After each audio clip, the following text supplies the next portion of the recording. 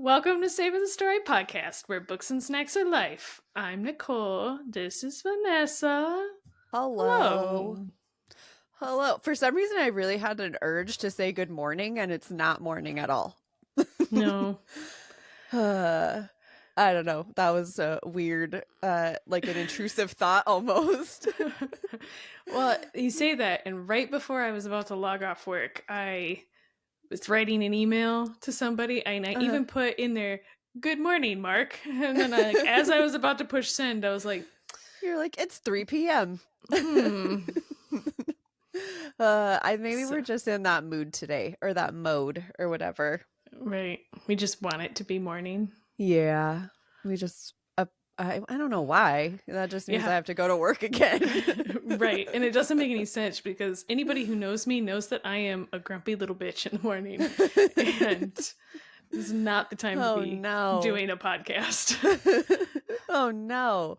I am if you asked him, he would say I'm a grumpy little bitch in the morning too, but I actually am such a morning person. I'm just grumpy to him. Mm-hmm. Mm-hmm. Yes. Hmm. Yeah. Um so I'm not going to tell you why, but I think that we might be a little long today, so Oh. I don't have a lot up front. I only have like two short things to tell you up front, but do you have things you want to tell me? I'm thinking. Okay. I don't think so. Do you I have don't think okay, I I don't think I have news. I'm so now that we're doing this on Wednesdays, I forget. I forget my week. So I have to That's okay. in my mind, I've been like, I have to start writing everything down on sticky notes or something, so that way I can just put it in there. And when I'm like doing all my Yeah. notes, I could put them down because I did my notes today and Okay. I could not. Trying to remember what your life was like 5 No, days ago. it's like my brain auto dumps it. It's like must Mine save too. space. Yes.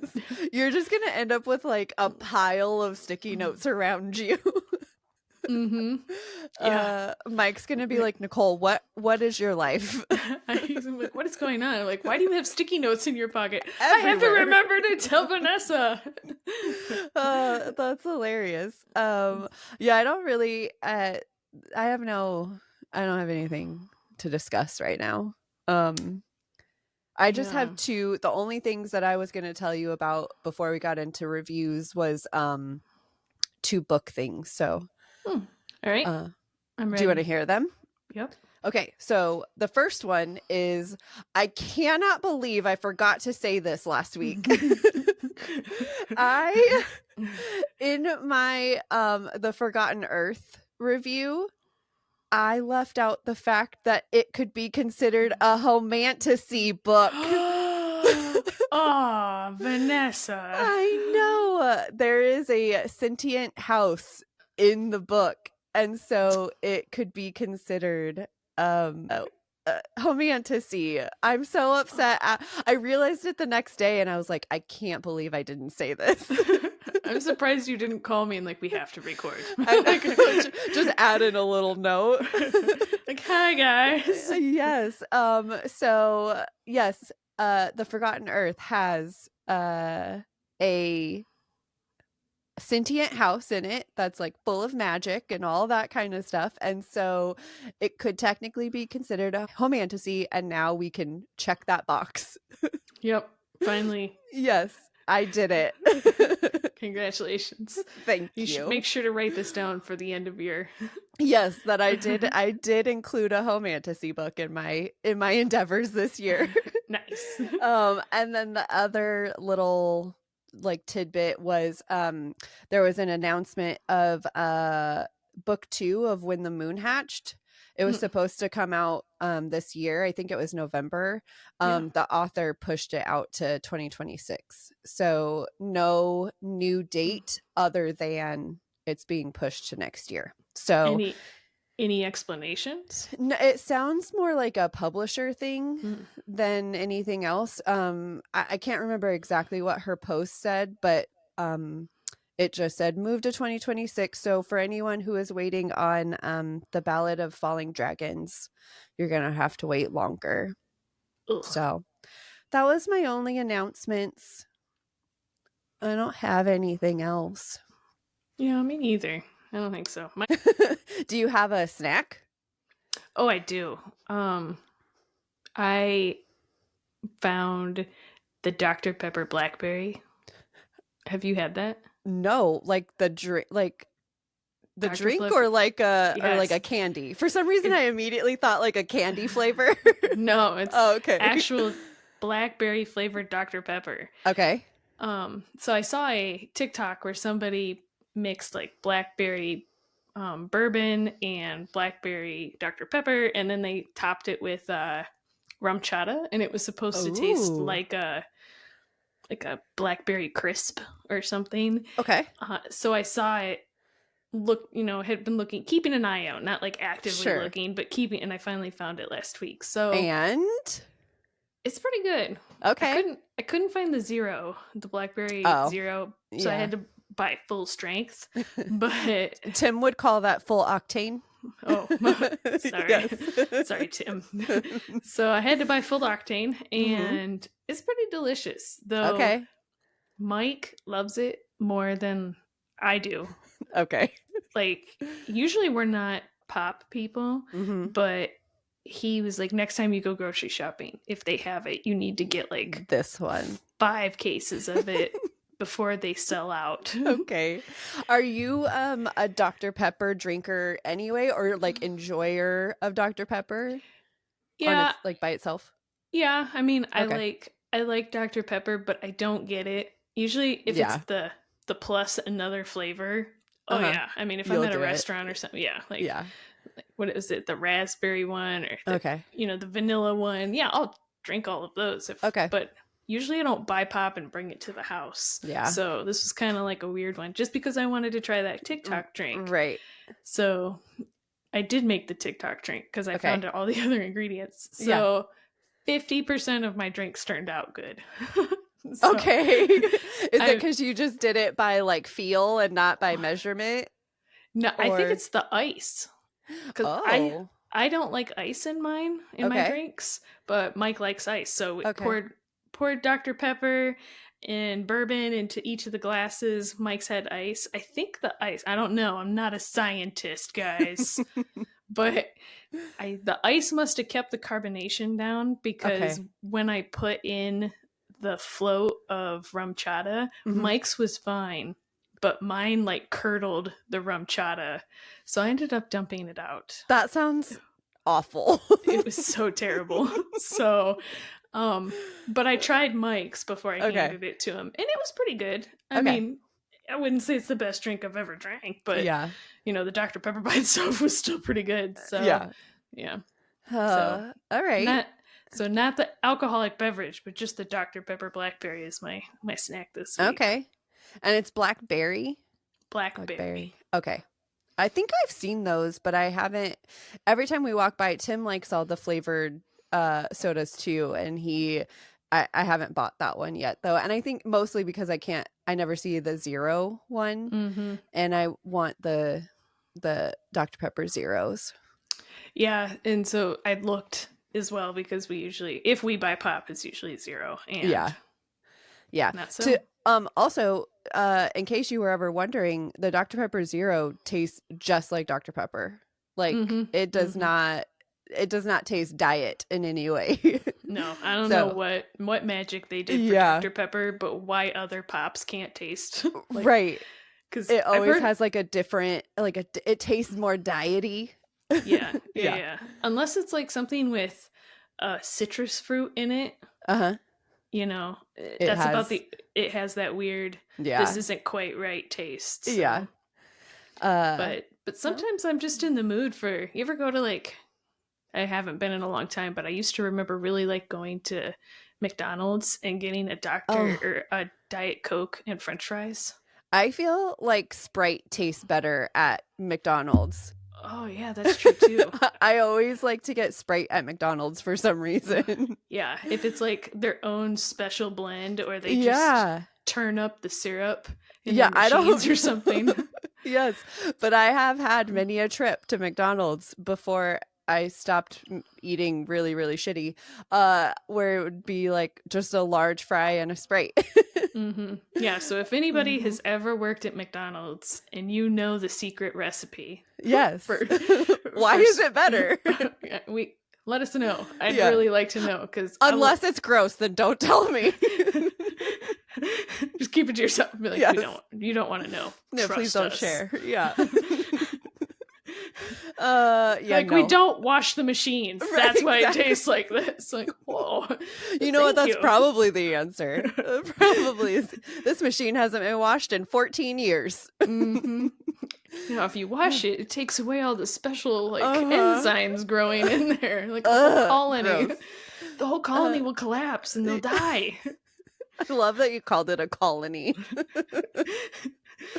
Okay, well, anyway.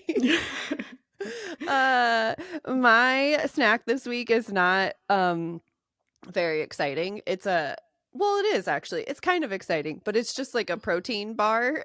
I don't think I talked about these already. Oh, I did mention, when I talked about my trip to Germany, I said that I tried some new protein snacks because my sister-in-law and her husband ate them, and this is one of them.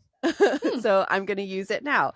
So nice. Have you seen the Barbells protein bars? If I've seen them, like maybe if I saw one, I would. But okay, so they basically taste like chocolate bars, like a Snickers or like but they have 20 grams of protein in them. And so the one specifically, we bought a bunch of flavors, but the one specifically that I'm going to use today is called the chocolate dough flavor. Okay, first of all, let me tell you, I think in my age, I think my tastes are changing because I don't typically like stuff that's chocolate flavored. So I usually like just like milk chocolate candy or whatever, but I don't like flavored stuff. So like chocolate cake or chocolate yogurt or pudding or whatever. These though, it kind of has like a chocolatey middle. So I didn't think nougat. Kind of. I don't know how to explain it, but it's delicious. It kind of tastes like a brownie. I love brownies. So I would totally recommend the Barbell protein bars chocolate dough. It was the only one we had in the house one day, and so I was like, oh, I'll just take it. We'll see if I like it. And I ended up loving it. So yeah, I still don't think that I like chocolate cake and chocolate ice cream and stuff like that, but honestly at this point, who knows, because I feel like my tastes they're changing as I get older. I don't know. Yeah, I think that's a thing. Yeah. So those are all of my thoughts and feelings. So go. I was gonna say I do have one go back for snacks. Okay. But the only reason I call it a go back is because I tried your grape. Oh yeah, the frozen grapes with Kool-Aid. Frozen grapes with Kool-Aid. Oh, Jelly. I was like, no wonder it was weird. No, I'm just joking. No. So Jell-O. I made them, and I had the purple grapes, and the only Jell-O I could find. Like I must have went on a Jell-O heavy day or a Jell-O light day. I don't know. Everybody was buying Jell-O because the only flavors they had were lime and watermelon. Okay. And I thought lime would be gross, so I got watermelon. Sound great. Yeah. And I think what I did wrong, because they're good, but there's not a lot of watermelon. I just think I was too skimpy with the Jell-O. Yeah, you gotta go like half the bag, man. Yeah, I didn't do that. I like poured it on there and like wiggled them around and poured some more on there, and then I tasted one and I was like, yeah, that's pretty good. Put them in the freezer and took it out later and I ate one and I was like, there's no flavor. Not as much flavor. And so like I gave it to Mike and I was like, can you eat this? And he ate it and he's like, it's a grape. And I was like, but do you taste anything else? And he was like, no. And I was like, not even watermelon? And he was like, no. I taste a grape. So all right. You just went too light. Yeah, I messed those ones up, but they've been nice to use as ice cubes. So I had a bottle of wine that I had opened last week, so I was like, I have to drink this bottle of wine. Yeah. So I was putting those into the wine because it was just a fruit wine anyways, so like a sweet red. So I was like, whatever, who cares if it tastes like watermelons. That was a good choice to put it in wine. I wouldn't have thought of that. Well, there's a new thing, frozen grapes as ice cubes in your wine. I'm sure it's been done, but we're gonna pretend like we're the first ones. Welcome. Yes. So that's you're gonna have to try them again and tell me if they are better when you put more in there. Yeah, well, I have to use the rest of the box of Jell-O, so I'm gonna just pour the rest of the box on the next put it round in there. Of grapes. That's right. Excellent. I love this plan. Okay, are you ready to tell me about your books? Yes. Okay, great. Definitely. Okay. Why does it sound like you're not? Definitely. Totally. So how many books do you have? I don't want to tell you. You go. I knew you were going to do that. All right. Well, I have 2 books this week. Okay. Also, didn't I tell you that I'm vetoing your ability to ask me that question anymore? I was hoping you forgot. No. Now it's going to be out there. Everyone, all of our listeners know that I took away Nicole's ability to ask me how many books I have. She's not allowed.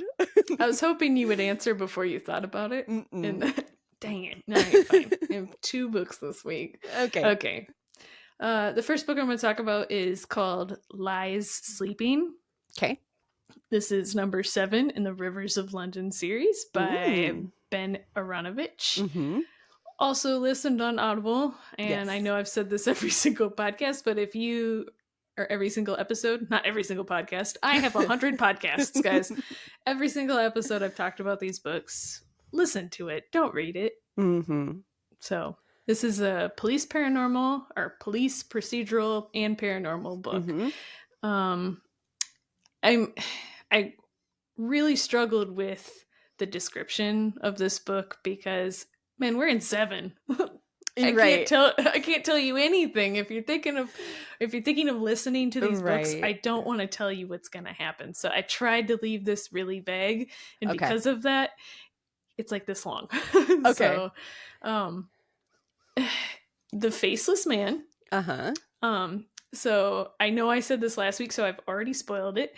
But he's been unmasked. Oh, that's right. Yes. Yeah. And so now it's up to Peter Grant to find him. Because they unmasked him, but he still escaped. So Peter and Nightingale and the whole crew are out there. They're now trying to find him because he still has a, he might have been unmasked, but his plan hasn't been foiled, right? He has his big overarching plan for the city that's not specified. Even if it was, I wouldn't tell you here. But in the last 6 books, he's been working towards this like main scheme. And now it's about, they might have found him, but now they're trying to catch him again before his whole plan comes to fruition. Okay. In book 10, you're just going to have to be like, it was a book. I know. Like, so anyway. Peter was there. Right. Yeah, it's definitely 100% what's going to happen because I've already, like we're behind. I've already read more of the books. Right. So, I already know what happens. Oh, no. But, so, anyway, yeah, that's about it. He has to come back and he's now trying to figure out what the Faceless Man's plan was for the whole time. So, things I really liked about this book is we get to see a lot of the characters from earlier in the 6 books. We get to everybody ties back in things that you may have not thought important in some of the other books. You're like, oh, well, dang. You're getting some like tie-ins to the story. Yeah, there's some new characters in here that are really good. One in particular ties into, I think, book 2 and book 4 maybe. I'd have to go back and look at my notes, but it was such a good tie-in. I was so sad. Oh no. I know, it was sad in a good way, like hurts my heart. There is, there's some good twists in this one. There was a few parts in this one that like got me real good, like like a twist, like a shocking thing, or not really like a twist, but like there was a couple parts even in it where there's one part specifically where it happened and I was like, what is going on? And it was the funniest little like section, like why Ben decided to do this. I don't know, but it made me giggle. So I'm in my car driving like and if you read this book, you'll know when you get to that part. Okay. So it was I giggled all the way to work. How long? That's great. How long are these? Are they pretty short or? So I'm listening to them at 1.25 speed, and they're all about 8 hours. Oh, okay. Yeah, I think they're all about in the ballpark of 400 pages. Okay. So, so yeah, I enjoyed pretty much the whole book, and then the ending was just so. All right. It could have been better, but it was just like, how when we were talking about the Twilight books, we were like, yes, I remember it fondly. Yes, you'd get to the end where they're supposed to like building up to like this big thing, and then it just felt like nothing happened, and then the book ended. I was like, That's not a great comparison. I know. I was like, I don't want to put Ben in the same category as Twilight. Yeah, but that was the most recent book that I've read that's happened in. So I was just like, it hurts my heart. Well, I mean, he had to have one ending that was just meh. He still has 4 more books to go. This is book 7? This is book 7. Okay, so 3 more books. Well, I mean, there could be more. I just know that the 10th one is coming out this year. Oh. I haven't got that far, so there could be more. Who knows? Oh, I thought there was only 10, and I thought they were all out. Maybe I don't listen to you very well. We've been talking about this book for a while. About this series. So I get that, yeah. Okay. So, yeah, book 10 comes out, I think sometime this summer, like June or July, and then it's coming back to me now. I feel like I do remember you saying this. Right. So I haven't looked, and I haven't been looking to see if he plans to make another book because like the 10 isn't even out yet, right? Right. So so this one I gave like 4.5. I knocked I knocked a half off for the ending, but it's still a really good book. So it was like tie-ins. It was a 5-star through the whole thing. Yeah. Oh no. All right. So, I mean, but even that being said, I feel like I would round it up to a 5 still, but there's just, I don't know. Yeah. I understand. So, 4.5 blackberry Dr. Peppers. Excellent. Okay. My second book. Yes. Is called Her Radiant Curse by Elizabeth Lim. I read it as a physical copy, and it is a fantasy. Now, I did not know this. Is it a book 2 again? No. Okay. Luckily not. So this is actually the prequel to 6 Crimson Cranes. Oh, okay. Which is also on my TBR, and they were didn't even realize that. I was just like at the store. I think I was at like a Second Charles, which is for people who may not have heard of that. It's just like a used bookstore, and they were in the same area, but I was just like, all by the same author, right? So they're just grouped by author. So I just grabbed them, and I'm like, these are pretty. Yeah. And they sound interesting. So I haven't read 6 Crimson Cranes. Okay. I know that is a series. I think it's a series. I haven't looked at that one minus I bought the first book because I really thought it was pretty. Okay. So I didn't realize that this was the prequel until I finished, and I went into Goodreads to end it. Yeah. So some of my notes in here are about the book. Like, I guess I can get into that later. Okay. Yeah. I'll get into that after this. But okay. So just know that this is the prequel to Six Crimson Cranes. All right. So there's a girl. Her name is Chani. Okay. That's her nickname. So she is a young girl who lives with her mother and father. And one night, her mother is about to give birth to their second child. So Chani's sister. Okay. But there are issues during the delivery, and Chani's father takes her into the woods and offers her as a sacrifice to a demon witch in order to save her mother. Wow. Yep. Great move, Dad. Okay.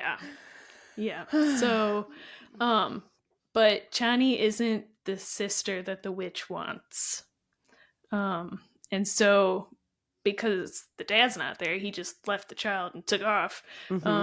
She curses Chani to be part snake demon until her sister, until her sister turned 17. And to which she makes a deal with her. She's like, "You're gonna look like this, and you're gonna be this half snake demon thing until your sister turns 17, and then you can make a choice. You can either bring her to me, and I'll swap her for, your face you back to have and your okay, or I'm just gonna kill your sister." So wow. So you won't make a choice. What great options. Right. Okay. Yeah. So then the book jumps. It's 17 years later. The sister, her name is I don't know the pronunciation. Vanna. Okay. She's 17. She's about to be married. By it's one of those things where the dad is like, "Hey, come and bid on my daughter to marry her." So not ideal. So Chani, all around, this dad sounds great. He's like a terrible person. Hell, yes.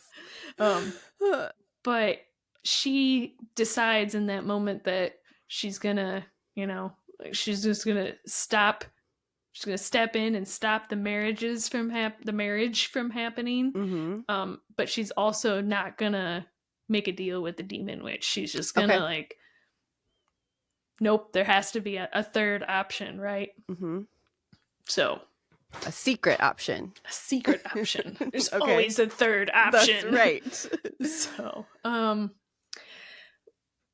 like I was saying earlier, there's this book, because I didn't know it was a sequel. I'm assuming a prequel. A prequel. Sorry. When I was writing during the reading, I was jotting down notes, and I was like, why is she making these choices?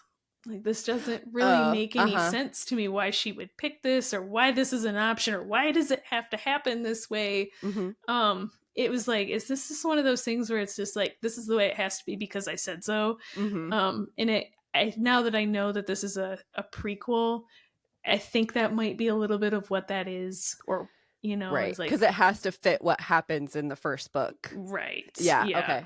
So I think that's what's going on, and I'm not 100% sure, but I think this book was written second. I didn't go back and check dates. Right. I should have done that. But so I really like this book. Parts of it are sad. Chani takes a lot of shit from her family and the village that she lives in, and so she just, it's sad to read how badly she's treated through the whole book. Okay. Does the sister know that there is a tie to her and the demon or whatever? Yeah. So she knows. And if you read this book, you'll understand why she knows. Because I left out some stuff about Vanna herself, just so I wasn't giving away the whole book, right? Right. But there's some special things about Vanna, and she doesn't obviously remember that night, but she's been told by Chani, and she has, things are with her up with her. I don't know, things are up with her that she knows she's not just like some normal girl. Yeah. Right. Yeah. Okay. So, so there was in this book, Chani is super gullible. And this kind of goes back to what I was saying earlier with the like, why is she making these choices? She's super gullible. She makes a lot of mistakes. Okay. She's very trusting for somebody who was like, I thought it was weird because she's treated so poorly in the book. And then she's like super trusting. And I'm like, also, you were cursed by a demon. Why yes, are you and not? You were cursed by a demon witch. Like, but overall throughout the book, she does have good growth, like good character growth. There's a couple plot twists that are good. I liked the way I don't know. I have conflicting feelings about how the book ends, without giving anything away about it. It's just I liked it, but I also am kind of sad about it. Okay. Did it make you want to read the actual series or book or whatever? I don't know if it's whatever. Yeah, I'm definitely going to read Six Crimson Flames because I'd like to know how they all tie in, because I've read the, the description, and I didn't really see any like but like similarities about it, so I'm interested to see how they tie together. If it's just like character backstory, or if it's relevant, these characters are relevant later. So I'm still gonna read it. I don't know if I'm gonna read it like tomorrow, but I'll read it. Right. So nice. Yeah, so I gave this one 4 blackberry Dr. Peppers. Nice.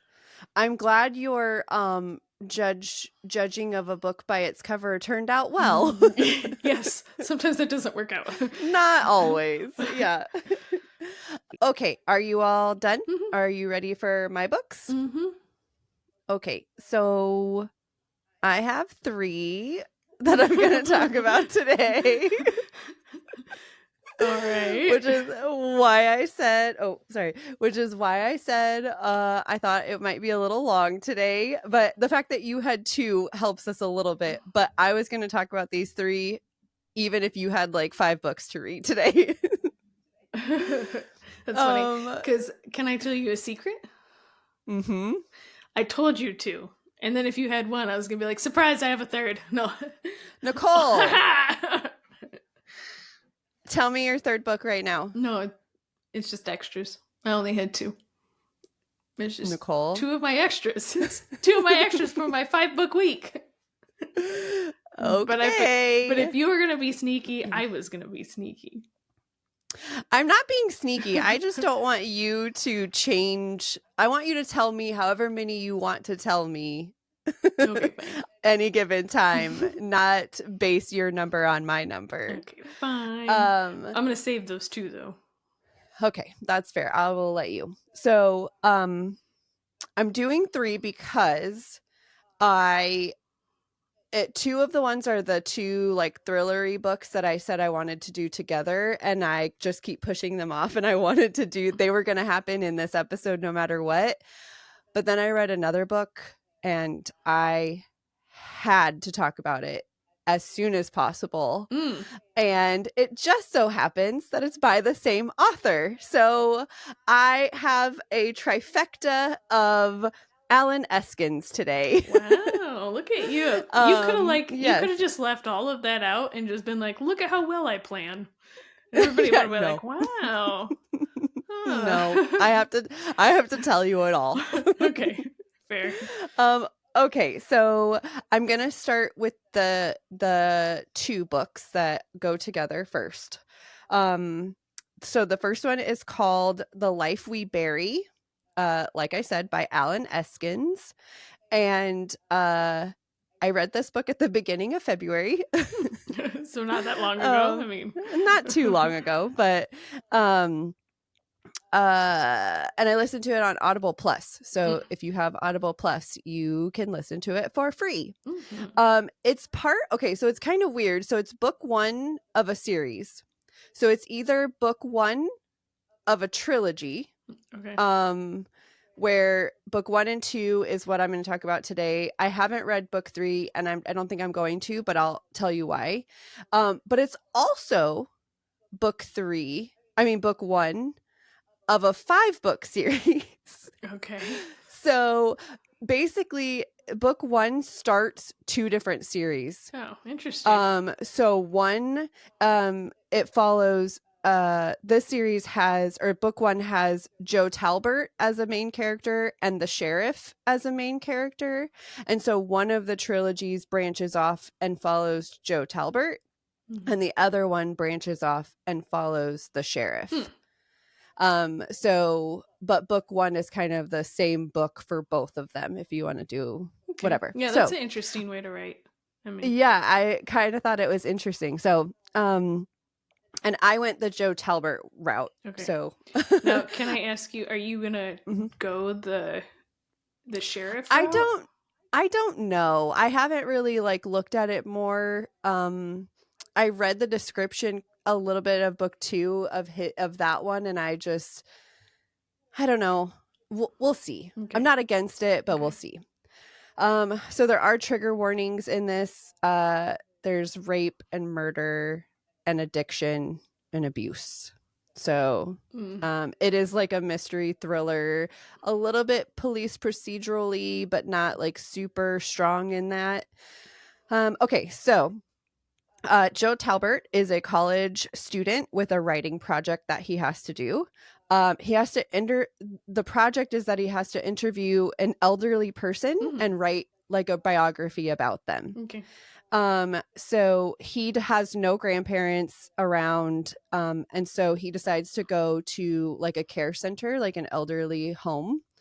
And where a man named Carl agrees to be interviewed under one condition. They both agree to be completely honest with each other. So he's like, if I'm going to tell you my story, you have to answer any question I ask you, basically. So that seems like a trap. Right? So yeah, also Carl is currently in the home on a medical parole from prison because 30 years ago he was convicted of raping and murdering his 14-year-old neighbor. Oh, dang. Yes. So he's now in the home. He's dying of cancer with months to live.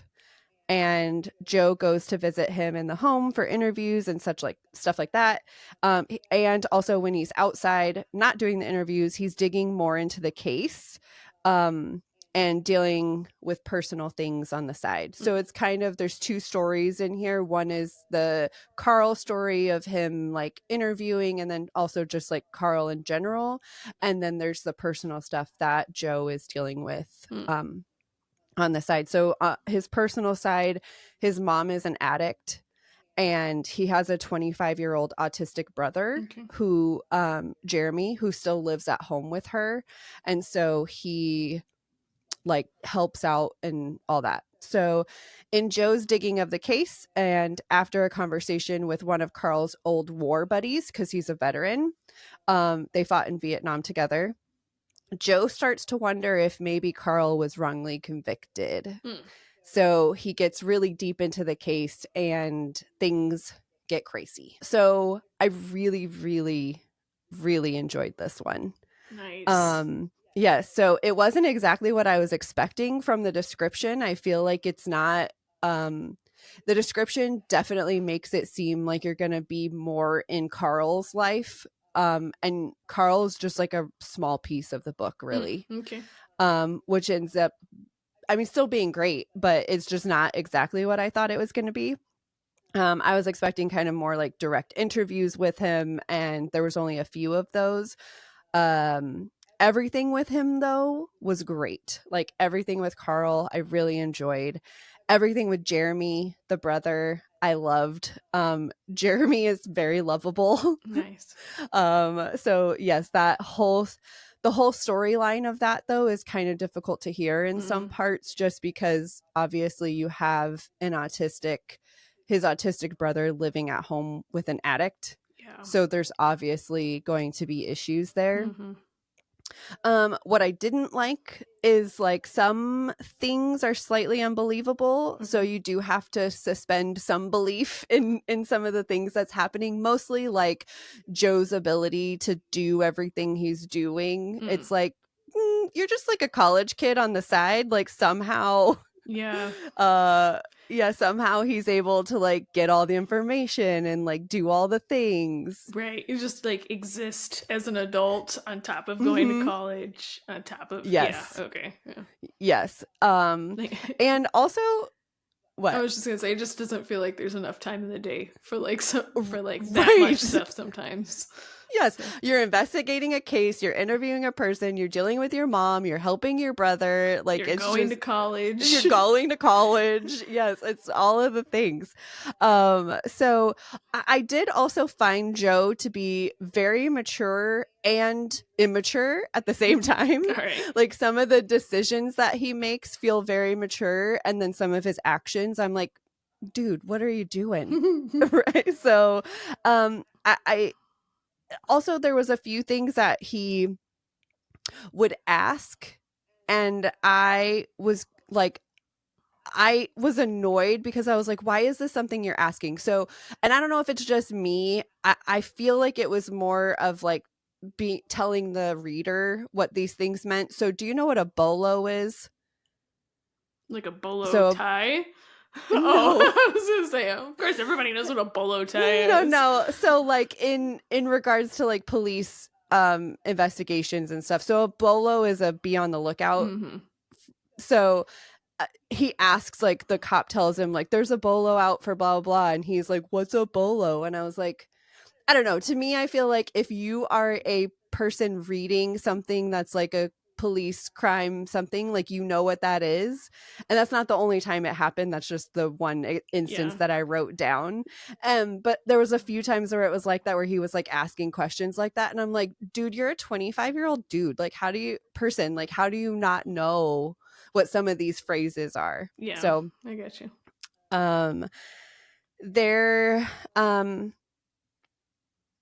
There were at least two parts that kind of made me like tear up. Oh, wow. Yeah, one like I would say there was one part that I kind of teared up, and then there's another part that I was like bawling. Wow.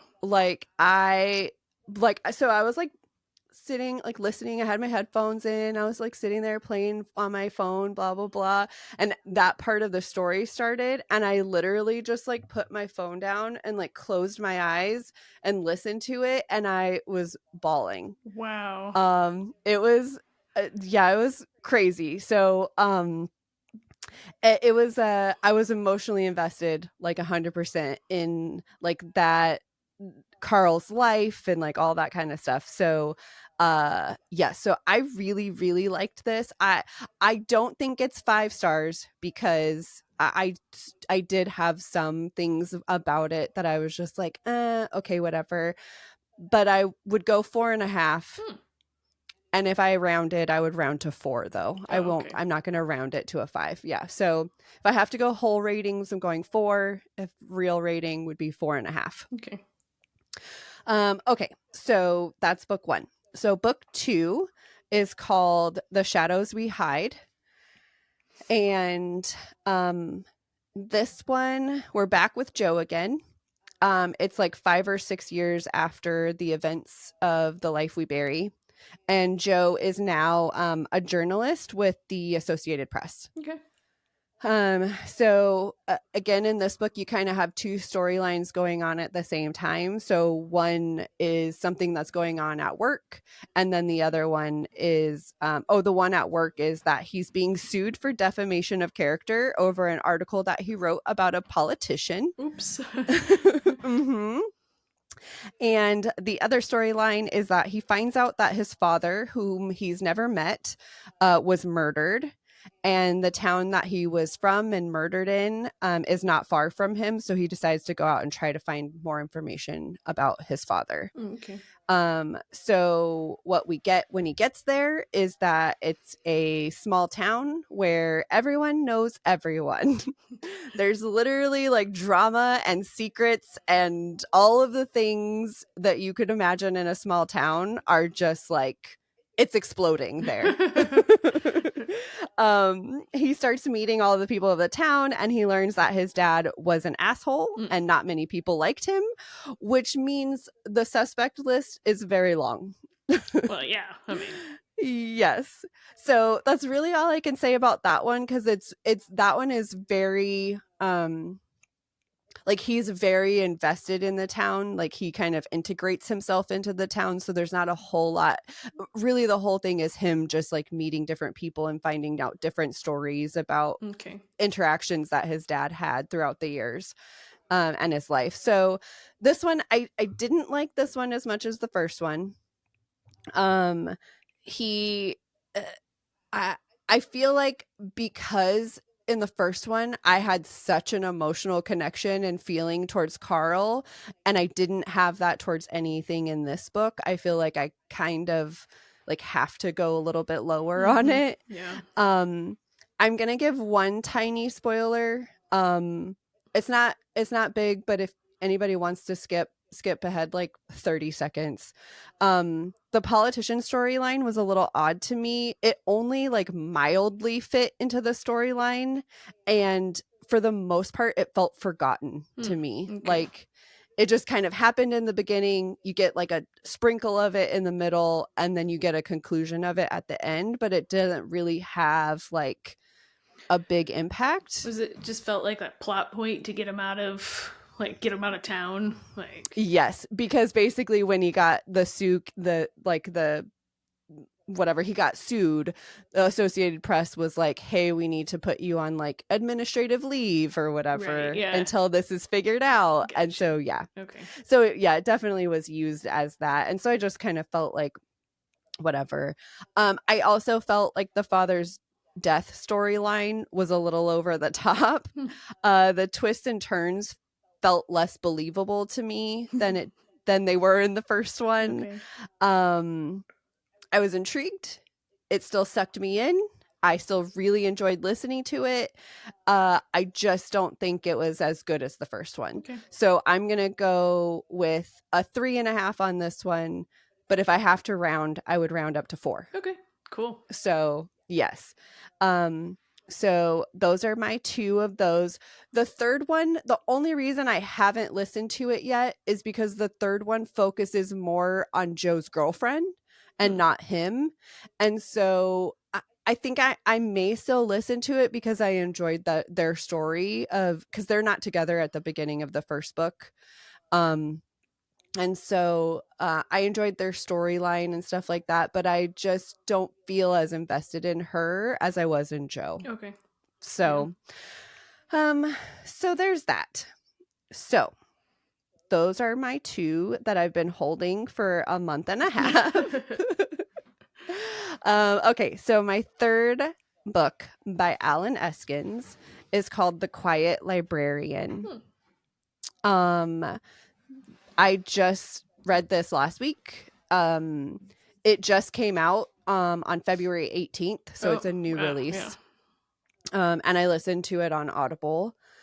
Okay, so I'm gonna do a little bit of a different type of review for this one. So the description and review are going to be fairly short because I don't want to give anything away. Yes, I'm going to give you more author's notes than I would normally give. And then I'm going to let that help promote the book because I really don't want to share anything. Okay, so the first thing I want to do, which is, I know, really weird, but at the very beginning of the book, there's an author's note, and I'm going to start there and tell you what the author's note is, and then I'll tell you the rest of my whatever. Also, I'm going to tell you, I did my best with the pronunciations. I listened to the audiobook of this portion like 10 times so that I could get it right. Wow. Please forgive me. Okay. So, For some reason, I feel nervous. Everybody's judging you. I know. I think it's just because spoiler, I loved this book. It might be my favorite of the year. Wow. And it's March. So, yeah. Okay. So between May 25th and May 28th of 1995, at the height of the Bosnian War for Independence, a Serbian army, or the Army of Republika Srpska, fired multiple rounds of artillery into the city of Tuzla, a Bosnian Muslim-held city. One of the shells exploded in Kapija Square, where young civilians were gathered to enjoy a break from bad weather. The shelling, which came to be known as the Tuzla Massacre, killed 71 people and wounded 240 more, most of them between the ages of 18 and 25. In July of that same summer, the Serbian army entered the Bosnian-held city of Srebrenica, where men and boys as young as 12 years old were rounded up and killed, a genocide that ended more than 8,000 lives. This novel is set against the backdrop of that summer in Bosnia, bookended to some degree by those two massacres. That's kind of like the description of it, but I'm going to read the rest of it too, just so you kind of get his whole author's note. He says, I owe a great debt to two people who helped me understand the culture, the times, the circumstances of the war in Bosnia. The first is Dr. Irma Nezrijević. That one I really had to practice. Nezrijević, a Bosnian Muslim woman who grew up in Banja Luka, a Serbian-held city in northern Bosnia. Her survival during those war years is truly an inspiration. The second is Elvir Mojic, who escaped the Srebrenica massacre by fleeing into Serbian territory and surrendering to Serb forces just before the killing took place. I cannot thank these two people enough for making it possible for me to tell the story I wanted to tell. I dedicate this book to them and to all the innocents whose lives were forever changed, and for those whose lives were taken during the Bosnian War. Wow. Okay. So that's I think that kind of sets the scene a little bit.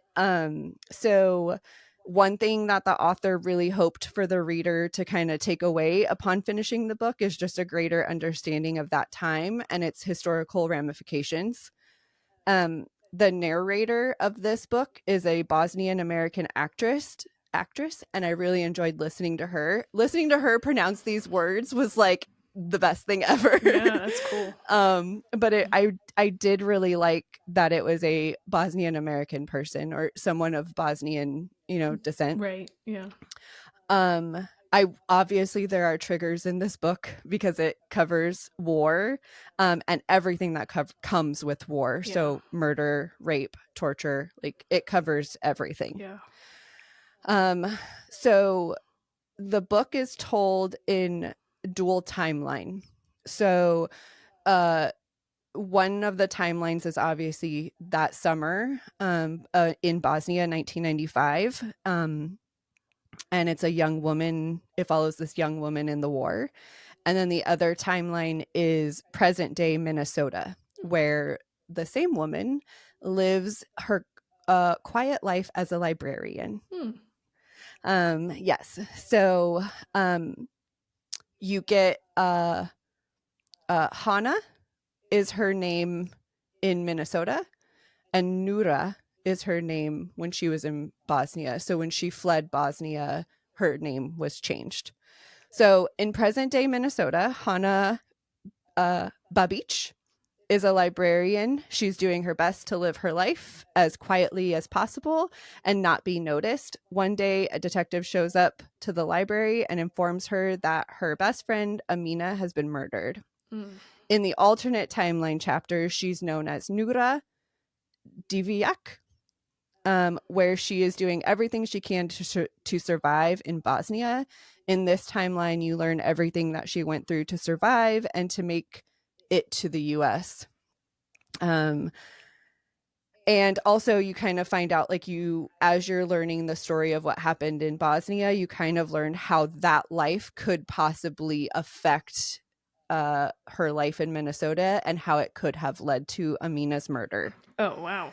Yeah, so the author, okay, so that's kind of the story. I did get a quote, like I read an article from him, and he wrote the two timelines separately before merging them. He said, I wrote the entire Bosnia story first because that was set in stone. I knew how that story was going to play out. And obviously, like, getting all the information from the two people that he spoke to, like, all of that was pretty, like, set. And then how the investigation in the present day was connected, I had some leeway with that. So he kind of wrote them. I thought it was interesting that he wrote them separately and then decided how to merge them in. Yeah, that's cool.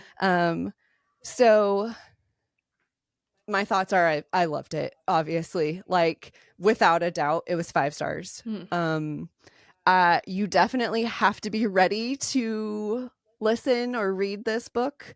I didn't really know fully what I was getting into when I started it, so I don't know that I was fully there, but the characters made me so invested that it didn't matter that everything was very heavy. It just kind of, like, immediately I loved her and I wanted to know the story. So I guess I didn't tell you, it's a historical fiction.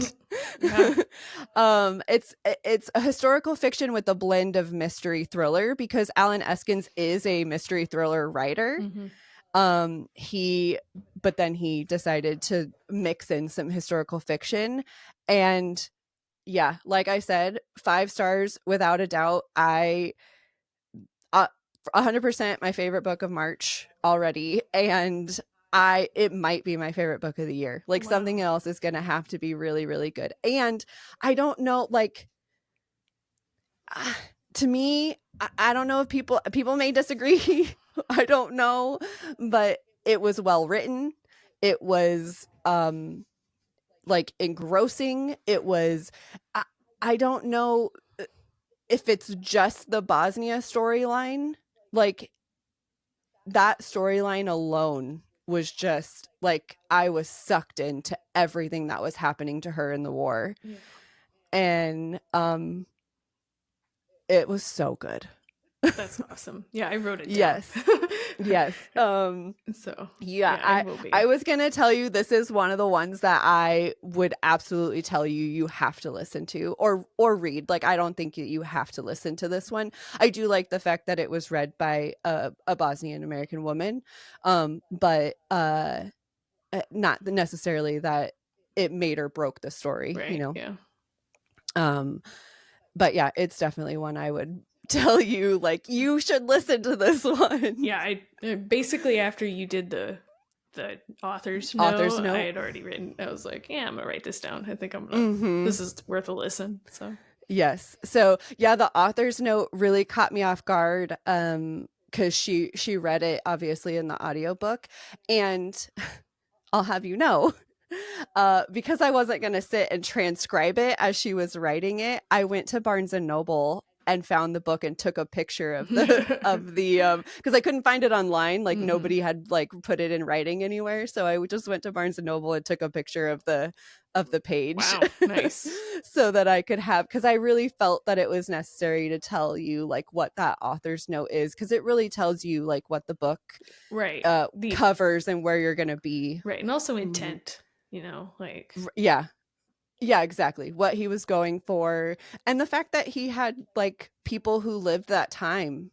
I read an article of his that basically was like, this was the mid-90s. He was like, I was literally, like, going to work and, like, yeah, I would see it on the news, but I would be like, yeah, okay, that's happening, but it's not affecting me. I'm just gonna go to work. And so he said once he like, got more information on it and started digging in, he couldn't stop and he knew he was going to write a book about it, and, like, or have it featured in a book somehow, because he said it was so important. And I was like, that is so cool, like, to think of it that way, you know. So yeah, that's awesome. That's why I was, like, nervous, because it was so good, and I just feel, like, nerves about, like, sharing it and being, like, judged. Well, I mean, and not so much judgment, but the book sounds really good, and if it means that much to you, like, yeah. Oh man, I was so excited to share that one. I knew I wanted to share it as soon as possible, and this was the first episode we recorded since I finished it. So yeah, like that's why I said no matter how many books either of us read this week, this book was getting talked about today. Yes. Okay, so that's that one. Cool. Thank you for listening to me. I wrote it down. It sounds like a great book. Okay. Yes. All right. Are you ready for our question? Yes. Okay. Okay. Oh, this is kind of funny because it has to do with the book I literally just read. Nice. What are your thoughts on alternating POVs and or timelines? Oh. And this book has alternating timelines. Nice. Yeah. Do you want to go first? Sure. I think my thoughts are I don't have a lot of thoughts. Fair. Yeah, I think I enjoy alternate timelines if it's clear. If they're just completely separate, I don't really enjoy that. But if like throughout the book you start realizing how the past timeline is affecting the current timeline, I feel like that is very like it gets me really intrigued, you know, like I'm like, oh, I see the connection now. Right. Yeah. And then alternating POVs I think is fine as long as there's not like a billion of them. See, that was my thought too. Like, yeah, I don't mind having multiple POVs, but one, identify them. Don't make me work for it. And then, oh my god, I hate that. Yes. And then two, maybe like 3. Yeah, is the limit. Yeah, I don't need 6 like that. Yeah, 5 broken blades. 5 broken blades. I had like 6 POVs, and I was like, ugh.